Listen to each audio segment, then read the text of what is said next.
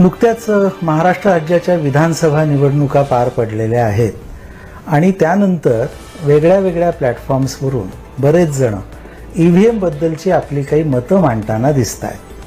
त्यातल्या बऱ्याचशा मतांना काही आधार नसतो, माहितीचा त्याला बेस नसतो असं पण कधी कधी दिसतं आणि त्याच्यातून गैरसमज वाढतात, अफवा पसरतात।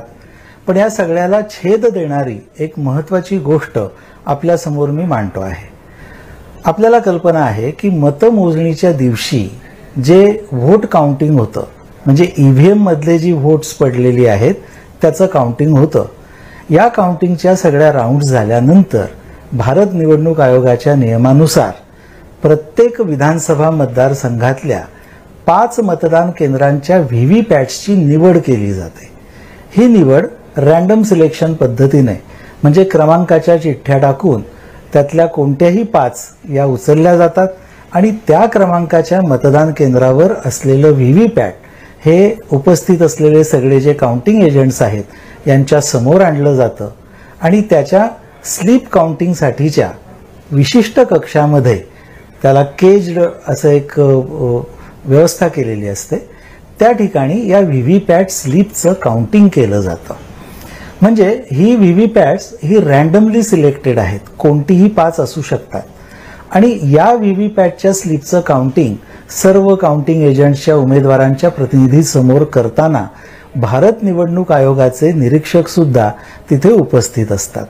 हे काउंटिंग कशासाठी केलं जातं तर व्हीव्हीपॅट मधल्या स्लिप्स बाहेर काढून उमेदवार निहाय प्रत्येकाला किती मतं मिळाली हे त्या स्लिप्सवरून कळतं आणि आधीच्या ईव्हीएम काउंटिंगच्या राऊंडमध्ये त्याच पोलिंग स्टेशनच्या ईव्हीएममध्ये त्या उमेदवारांना किती मतं पडलेली आहेत ती संख्या सर्वांकडे उपलब्ध असते। त्या संख्येशी व्हीव्हीपॅट स्लिपची संख्या जुळते आहे का, मिळती जुळती आहे का हे तपासलं जातं। थोडक्यात पडताळणी केली जाते।